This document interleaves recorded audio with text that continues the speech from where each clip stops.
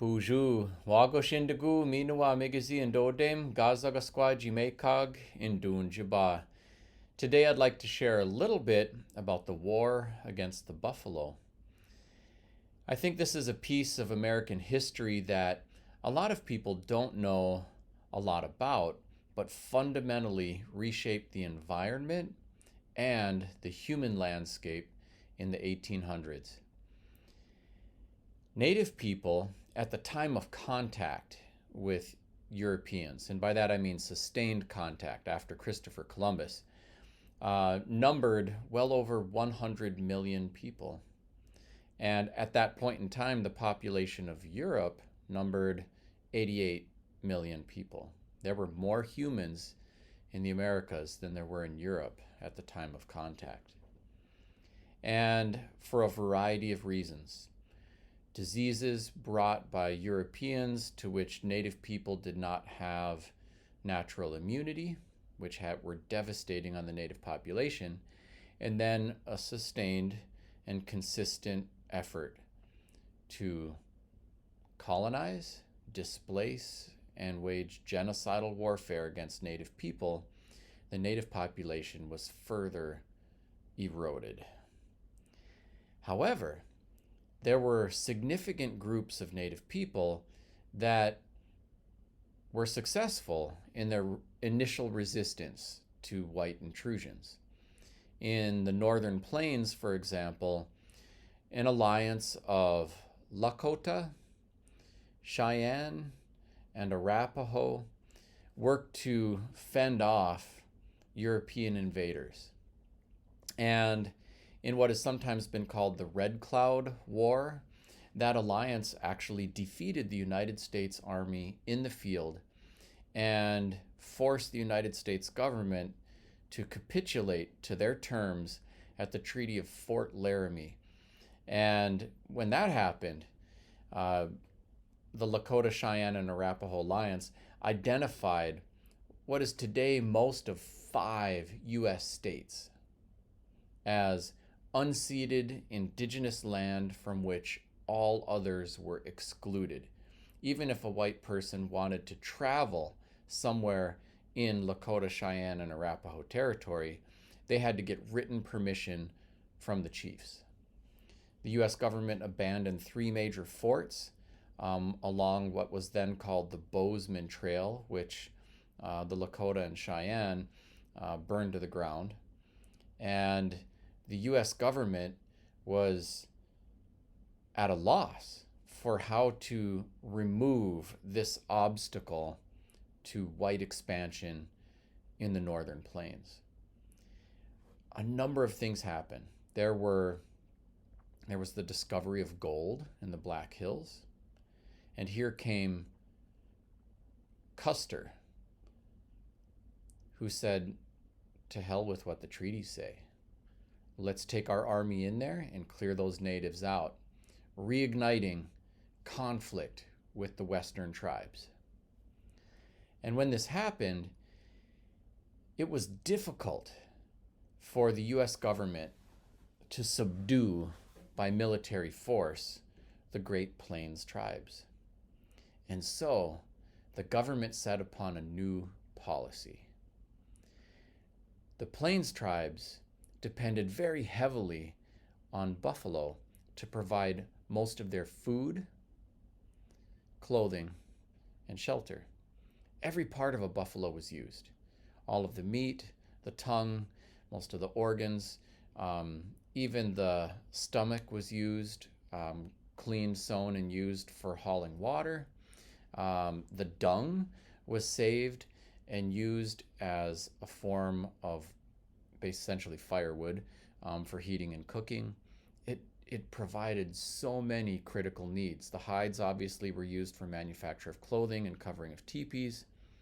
And the plains had many other forms of game and so forth, but the buffalo, which numbered over 60 million, and really of all big animal species on the planet, only the wildebeests of Africa could compare in numbers and essential function as a primary food source for so many people.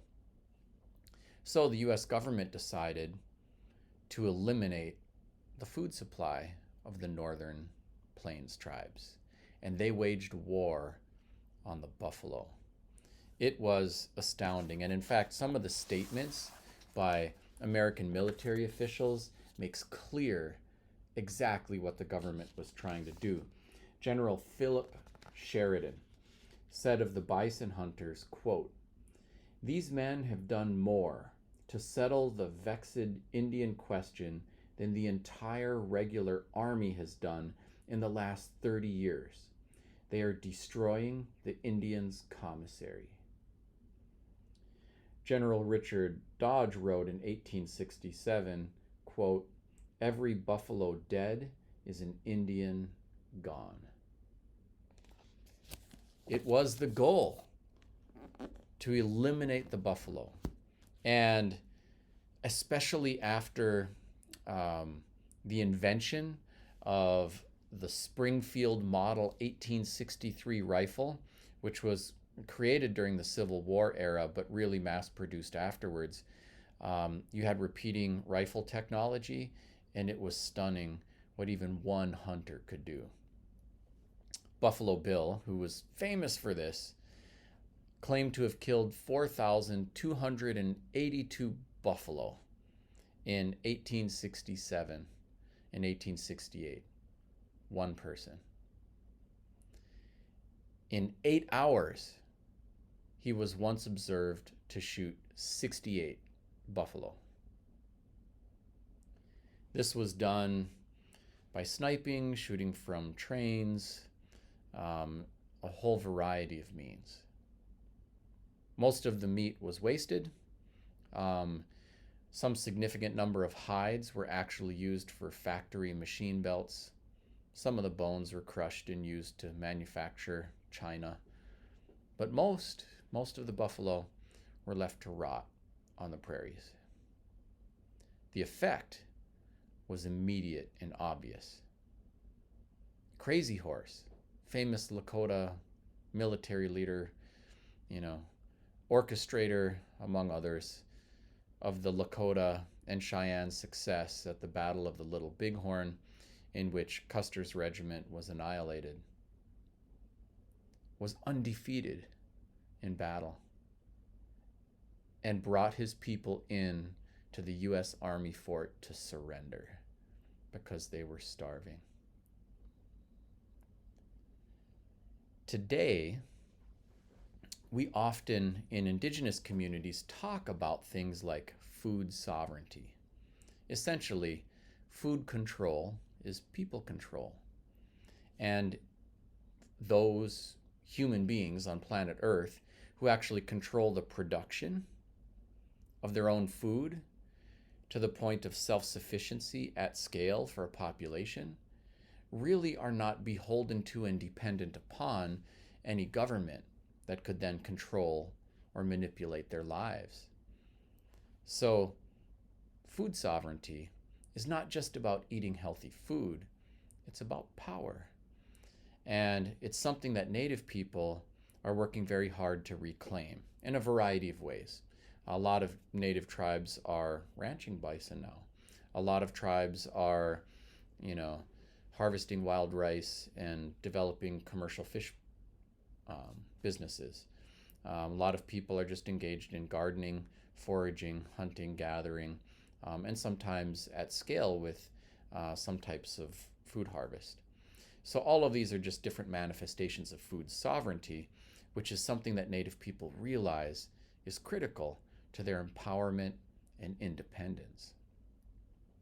The bison were reduced from over 60 million through the course of white hunters annihilating them down to a population of just hundreds.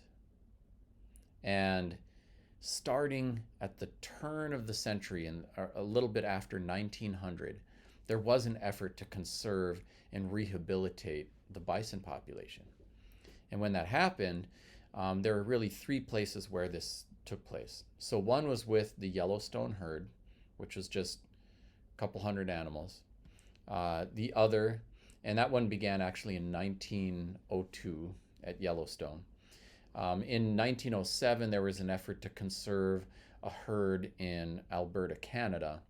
And then in 1908, there was an effort at the Theodore Roosevelt National Park to rehabilitate and propagate bison. And it worked. Today, the bison population numbers 360,000. Most are ranched and owned by private individuals for food production and commercial sale.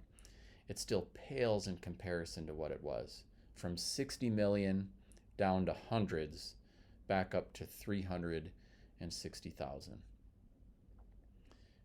European bison, the equivalent thereof, known to us as cows, today number 108 million in the United States alone. We took indigenous buffalo and replaced them with European buffalo. And the only reason was to starve natives into submission. Successfully. The war against the buffalo. Thanks for watching today. Miigwech. Thanks for watching today. I'm Anton Treuer.